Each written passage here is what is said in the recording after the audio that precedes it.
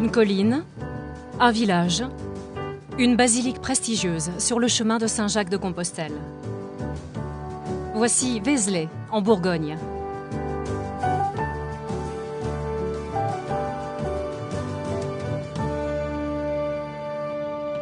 En 1839, un jeune architecte parisien découvre ce site avec émerveillement.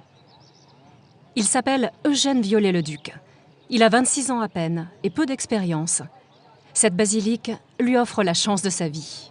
Tous ceux qui étaient passés là disaient il y a cette colline resplendissante avec les nuages qui passent, et c'est ça qui est beau.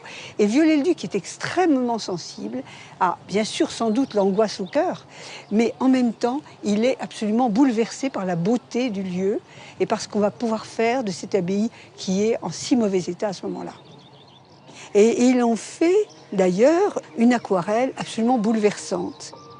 C'est un gruyère, si vous voulez. Elle est criblée de trous, si bien que tous les vents qui arrivent sur cette colline très fort font que toutes les averses passent même à l'intérieur. Puis arriver devant une façade qui est meurtrie. Il y a une urgence extrême, c'est-à-dire tout le monde a dit, mais il faut agir tout de suite. Voilà, on a l'homme providentiel, il est jeune, il veut y arriver, il va y arriver. Parce que tout le monde en est convaincu, parce qu'on connaît son caractère acharné, sérieux, qui est prêt à travailler des heures, et il le fera, pour comprendre comment c'est construit et pour comprendre quelles vont être les mesures efficaces avec les entrepreneurs. Plusieurs architectes ont refusé de restaurer cet édifice. Viollet-le-Duc, lui, aime le défi. C'est son premier grand chantier.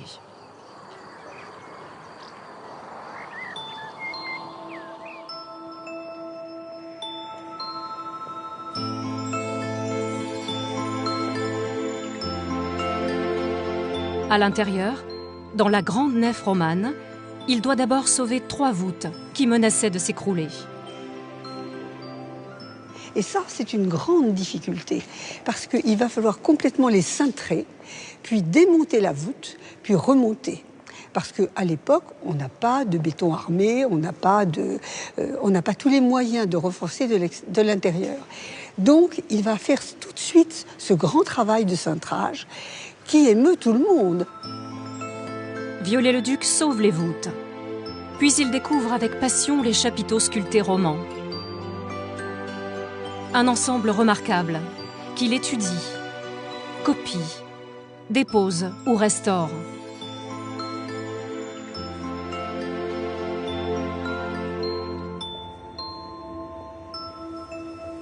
Et lui, au fond, était amoureux de la pierre. Ça le passionnait. Il a compris que pour qu'on retrouve véritablement l'apparence de la pierre au Moyen-Âge, il fallait user des mêmes outils au Moyen-Âge. Tant qu'on continuerait à user des choses trop mécaniques, ce serait sec. Mais il a fait tout ce qu'il était possible pour essayer d'atténuer tout cela. Et il a utilisé en particulier la gradine. Il avait toute une collection d'instruments anciens pour les équipes, de manière à ce qu'on essaie vraiment de retrouver l'œuvre du Moyen-Âge. La basilique a retrouvé son prestige. Aujourd'hui, elle accueille 2 communautés monastiques, les Fraternités de Jérusalem.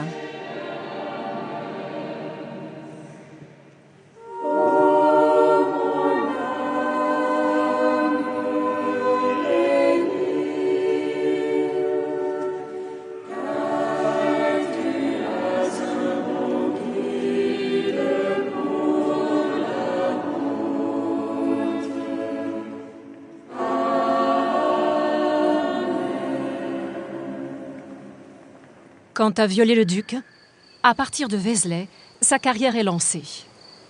Désormais, pour lui, les chantiers de prestige vont se succéder.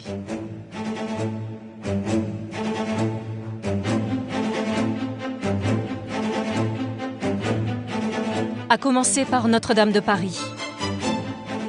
Au total, 20 années de chantier.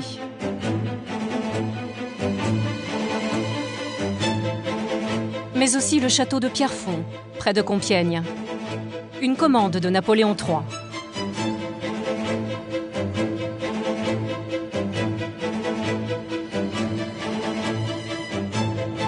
Et bien sûr, l'enceinte de Carcassonne.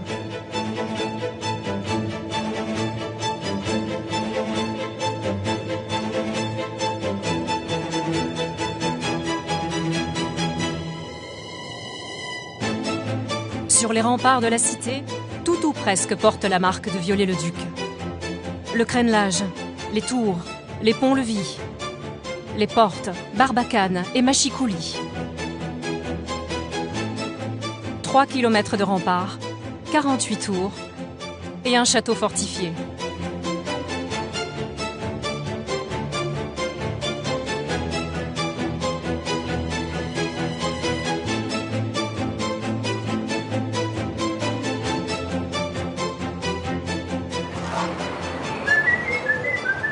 Aujourd'hui, ce sont les créneaux de Viollet-le-Duc qui sont en travaux. Une mise en sécurité souvent compliquée pour les tailleurs de pierre. Vas-y. Ok. On met pas mal de temps entre la taille, la pose et l'acheminement. Il faut compter au moins 2 heures, 2 heures et demie pour chaque bloc. Nous, on va dire en gros, on est une dizaine. À l'époque de Viollet-le-Duc, ils étaient une cinquantaine, une centaine. Il y avait un village qui se créait autour des remparts, autour des restaurations. Donc, ils prenaient sûrement moins de temps que nous, mais ils étaient 10 fois plus nombreux que nous, en fait. Des hommes, du temps, de l'argent. Il en aura fallu beaucoup pour sauver Carcassonne. La voici telle que Viollet-le-Duc l'a connue. Délabrée, sans toiture, encombrée d'habitations vétustes et même menacée de destruction.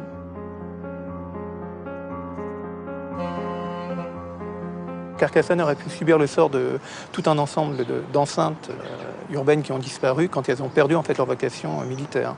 Parce que trop grandes, parce que trop chères, parce que trop difficiles à entretenir. Viollet-le-Duc ne veut pas seulement remettre en état la cité, il veut la faire renaître. Alors il la redessine entièrement. Son aquarelle, minutieuse, est l'œuvre d'un architecte et archéologue méthodique.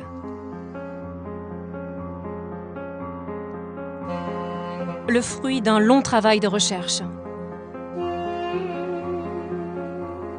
La plupart des dessins de Viollet-le-Duc seront d'ailleurs scrupuleusement respectés au moment de la restauration de Carcassonne. Comme ici, sur le clocheton de l'église Saint-Nazaire, à l'intérieur de la cité.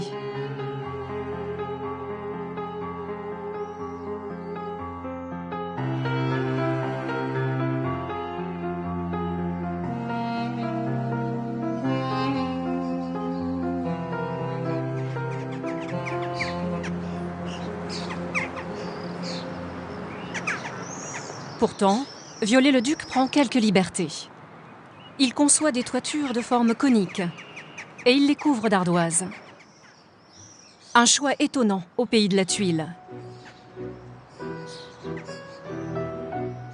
Un choix qui lui sera d'ailleurs reproché.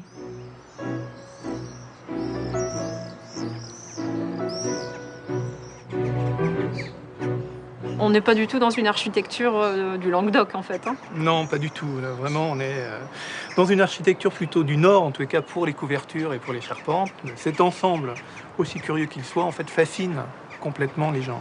Elle est signée Viollet-le-Duc, cette cité. Donc, qu'est-ce qui lui a donné une nouvelle vie? Il lui a donné définitivement une nouvelle vie, parce qu'en effet, il a à la fois sauvegardé toutes les parties médiévales de manière très très scrupuleuse, et en même temps, il a donné une nouvelle identité par ses couronnements et par cette silhouette qui est certainement différente de celle qu'elle était à l'origine. Ça paraît absolument impossible de revenir là-dessus.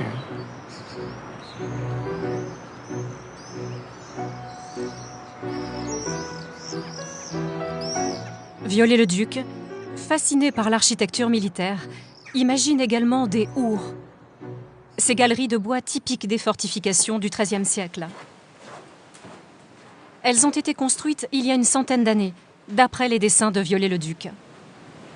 Ça, on ne peut plus pédagogique, c'est-à-dire si on veut vraiment comprendre comment ça marche, on vient ici, on a le chemin de ronde, les ouvrages provisoires, les vues vers le bas, les ouvertures de tir, l'ouverture de la cour. Oui, il y avait une vraie passion pour vraiment aller jusqu'au bout de la compréhension dans le fonctionnement des ouvrages défensifs.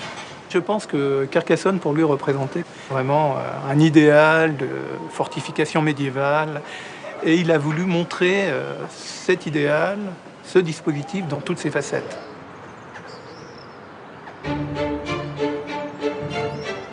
En même temps que la cité de Carcassonne, Viollet-le-Duc restaure des édifices religieux majeurs,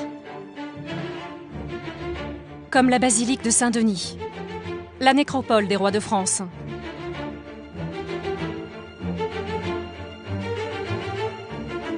Notre-Dame de l'Assomption, à Clermont-Ferrand, un imposant édifice en pierre volcanique. La cathédrale Notre-Dame de Reims, où ont été sacrés les rois de France.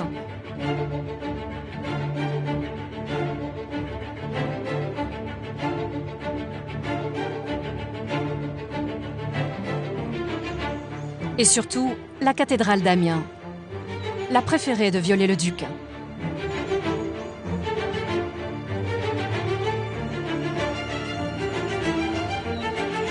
Le portrait sculpté de l'architecte a d'ailleurs été ajouté sur la façade.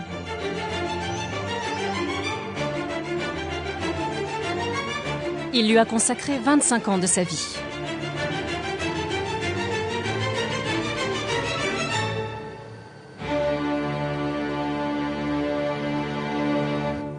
Il aime sincèrement cette cathédrale, il admire au plus haut point l'architecture gothique et les deux se rencontrent ici.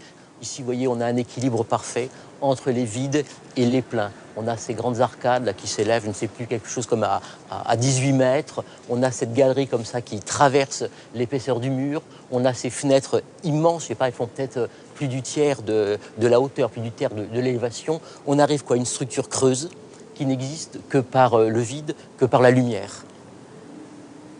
L'admiration absolue qu'il a dans cette architecture, elle est sincère, elle est vraie, parce que c'est un rationaliste, et pour lui, c'est une architecture rationnelle. C'est la quintessence même du rationalisme. C'est la plus vaste cathédrale gothique de France. L'une des plus hautes aussi.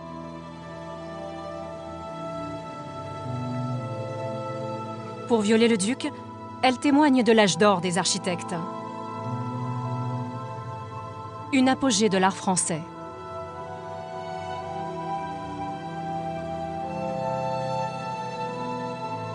À condition toutefois de restaurer les chapelles.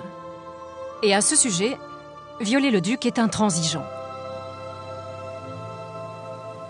Quand il arrive, eh bien, le monument il est entièrement décoré de boiseries du XVIIIe siècle. Eh bien, pour lui, ça ressemble à quoi? Un boudoir d'hôtel particulier. Il voit une cathédrale qui, pour lui, est fardée comme une marquise en quelque sorte. Et lui, il veut revenir au principe de l'unité, redécouvrir le Moyen-Âge. Et voilà ce qu'il va proposer pour trois chapelles. Remettre de la couleur. C'est le moment où on redécouvre la couleur dans l'architecture. On est en train de restaurer la Sainte-Chapelle. Cette tonalité de vitrail, il faut qu'on la retrouve sur l'architecture. Un mur qui va se colorer, qui va être chatoyant, et la lumière va se refléter également sur cette orfèvrerie. L'orfèvrerie, elle aussi, est conçue par Viollet-le-Duc.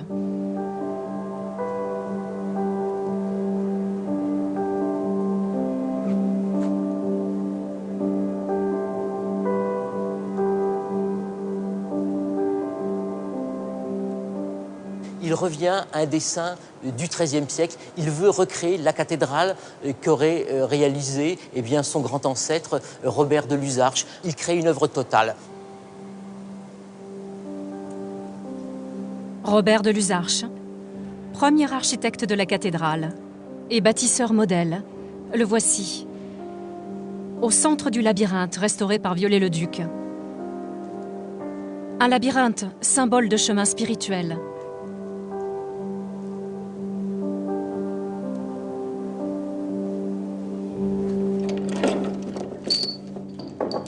À découvrir également depuis la charpente, comme Viollet-le-Duc, grâce à la trappe médiévale. Bien sûr, pour lui, l'architecte, il est fondamental. Donc, on a ici les trois représentations des architectes qui se sont succédés dans la cathédrale. Il est leur digne successeur, il est leur continuateur. Donc, effectivement, c'est un miroir pour lui. Il se regarde lui-même quand il regarde ce labyrinthe.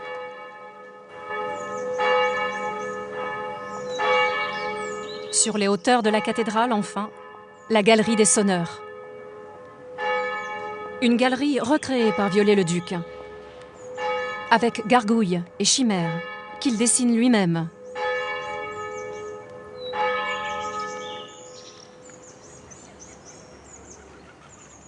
y avait des gargouilles comme ça au XIIIe siècle. Certainement, oui. Peut-être pas toujours aussi poussées, aussi imaginatives et aussi presque un peu fantasmées, on a l'impression qu'elles le sont là, mais il reste quand même dans un esprit du XIIIe siècle. Même si c'est un esprit du XIIIe siècle revu, justement repensé par Viollet-le-Duc, mais il pense être en accord avec cette cathédrale du XIIIe siècle. Pour lui, il la respecte. C'est un peu l'idée qu'il a. Moi, j'achève l'œuvre de mon prédécesseur.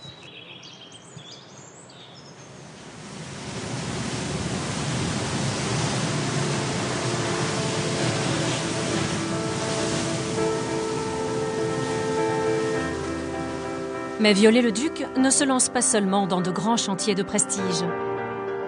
Il œuvre également pour des châteaux privés, comme le château d'Abadia, ici à Hendaye, sur la côte basque.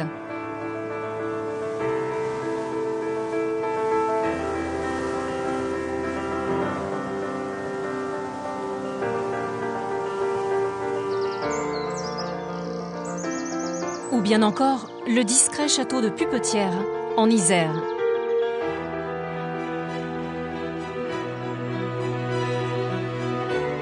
Ce château appartient à la même famille depuis le XIIIe siècle.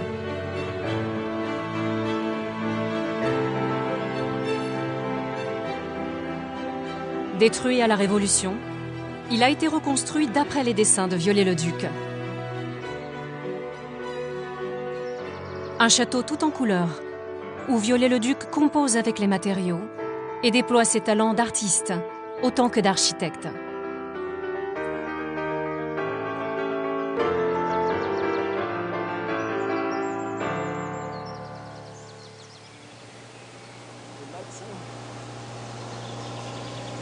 Ce jour-là, à 30 mètres du sol, le propriétaire doit remplacer sur le toit une girouette endommagée. Bon, mais c'est génial, hein? La vue est belle, hein? Magnifique.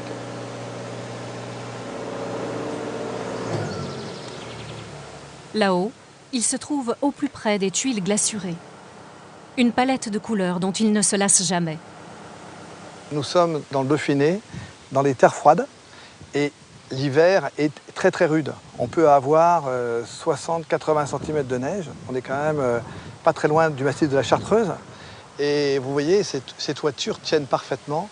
Elles ont été faites par Viollet-le-Duc. Et depuis Viollet-le-Duc, elles n'ont été restaurées qu'une seule fois, il y a une dizaine d'années. Donc Viollet-le-Duc était vraiment un architecte qui faisait vraiment des choses de grande qualité.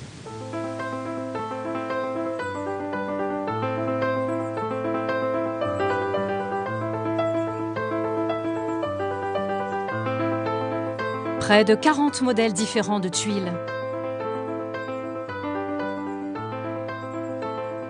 Et un savoir-faire que Viollet-le-Duc a contribué à revaloriser. Viollet-le-Duc a pensé la polychromie extérieure de son monument par rapport à ses observations archéologiques, et nous sommes, dans ces années 1860, dans une période de redécouverte de la tuile glacurée. On a quand même trois couleurs qui sont bien en harmonie avec la nature. On n'a pas de bleu, on n'a pas de rouge vif, comme on peut trouver dans certaines réalisations urbaines, et brille. Elle brille au contact du soleil, elle brille au contact aussi de la pluie. Et lorsqu'on s'approche, ce qui sort de la forêt, ce sont simplement justement les toitures. Donc il y a une volonté de rendre le monument à la fois invisible et visible, quelle que soit la période de l'année, quel que soit le temps, dans son écrin de verdure, grâce à la tuile.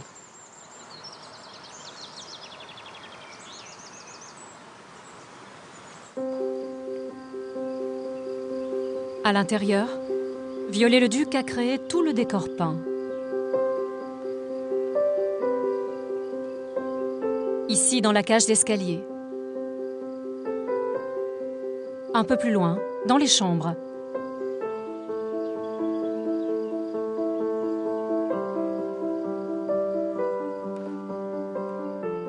Mais aussi dans la bibliothèque, où sont conservés près de 45 000 ouvrages reliés.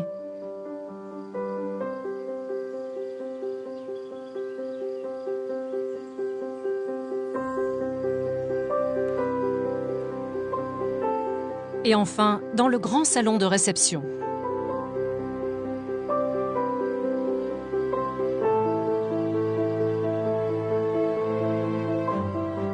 Un salon très coloré et orné des blasons familiaux.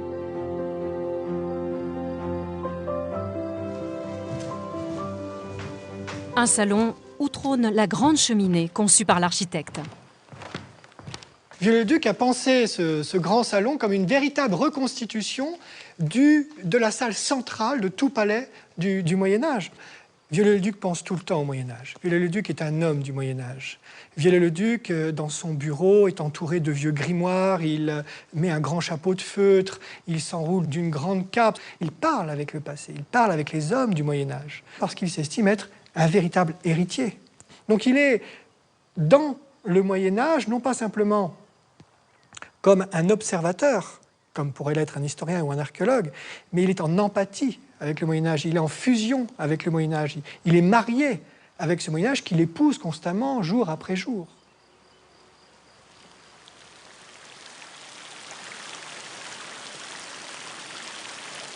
Enfin, au deuxième étage du château, la chapelle privée.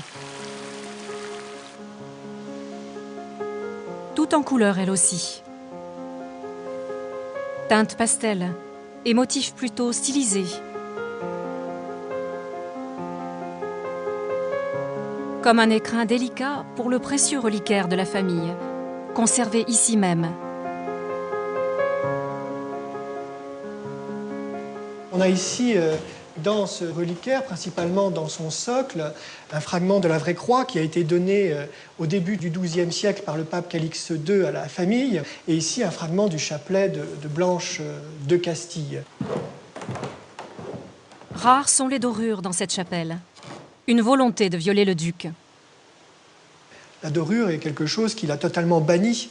La dorure dont on a fait largement usage au XVIIe, XVIIIe siècle pour donner de la lumière, pas pour faire riche, pour donner de la lumière, est totalement abolie au profit d'une autre perception de la lumière, justement. Beaucoup plus douce, beaucoup plus raffinée.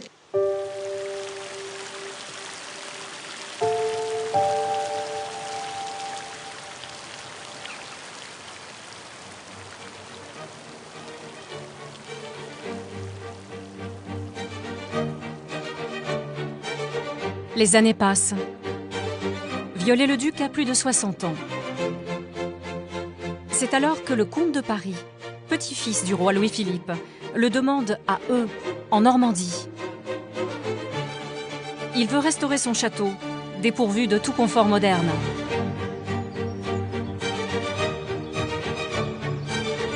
Viollet-le-Duc accepte ce dernier gros chantier.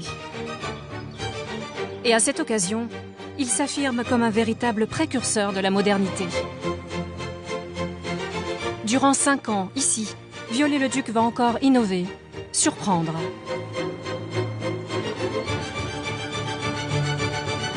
Il modernise et aménage les grandes écuries pour les chevaux du comte de Paris. Des écuries avec box tout confort et même ventilateur. Il rénove les bâtiments techniques, comme cette petite usine qui fournit à l'époque le gaz d'éclairage. Juste à côté, le puits artésien doit pomper l'eau en profondeur pour approvisionner château et jardin.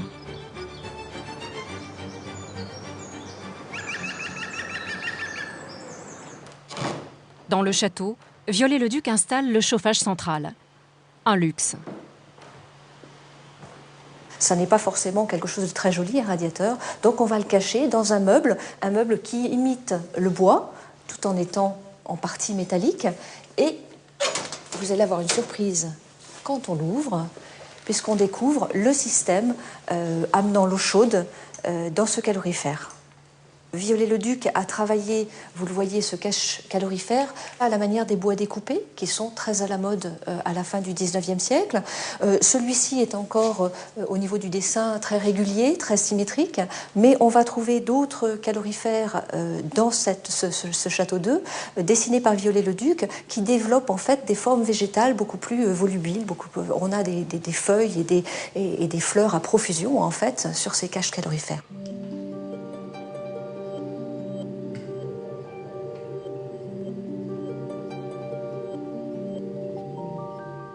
Ce mobilier, de même que les vitraux, sont signés Viollet-le-Duc.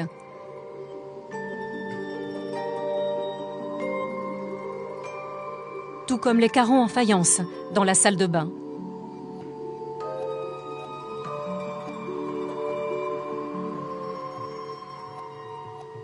Et les toiles peintes sur les murs du salon.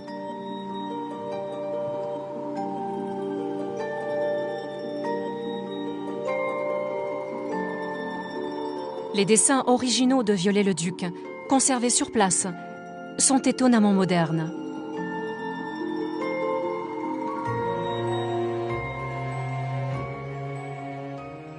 C'est un style tout à fait nouveau et Viollet-le-Duc est reconnu comme étant justement l'inspirateur de beaucoup d'architectes et de décorateurs de ce qu'on va appeler l'Art Nouveau en fait, ensuite en France et en Europe. On revient à l'artisanat d'art, donc un objet qui sert et qui est beau en même temps, qui allie le beau et l'utile et qui fait attention à chaque détail en fait.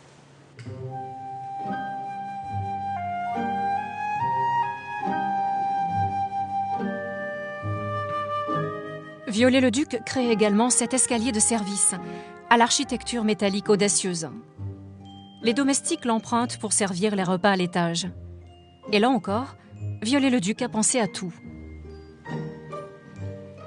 Ça, c'est un tube acoustique. C'est l'ancêtre de l'interphone et ça permettait de communiquer dans les grandes demeures comme celle-ci entre, par exemple, l'office où nous nous trouvons maintenant et les cuisines qui se trouvaient 2 étages plus bas, en cave en fait. Donc en fait, celui-là, vous voyez, il en reste un morceau.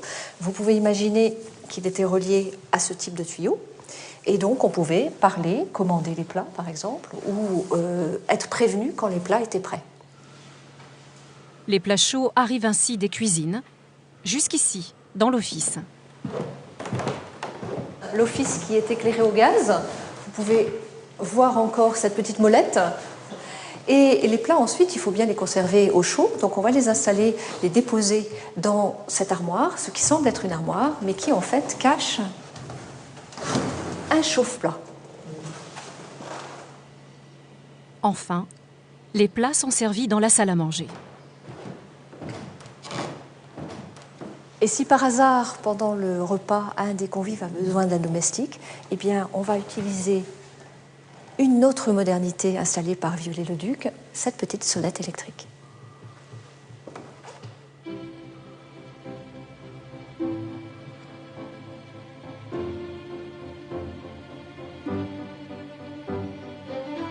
Viollet-le-Duc ou la passion. Passion pour l'architecture, l'histoire, l'archéologie, les arts décoratifs, mais aussi la technique, le dessin et même la science. Passion enfin pour la montagne. Durant les dernières années de sa vie, Viollet-le-Duc s'installe à Lausanne, en Suisse. Alpiniste chevronné, il parcourt les Alpes. Ces chaînes de montagnes le fascinent. Il fait même ici un rêve ultime. Un rêve qu'il dessine comme à son habitude. Il aimerait restaurer le massif du Mont Blanc, comme il a restauré les cathédrales gothiques.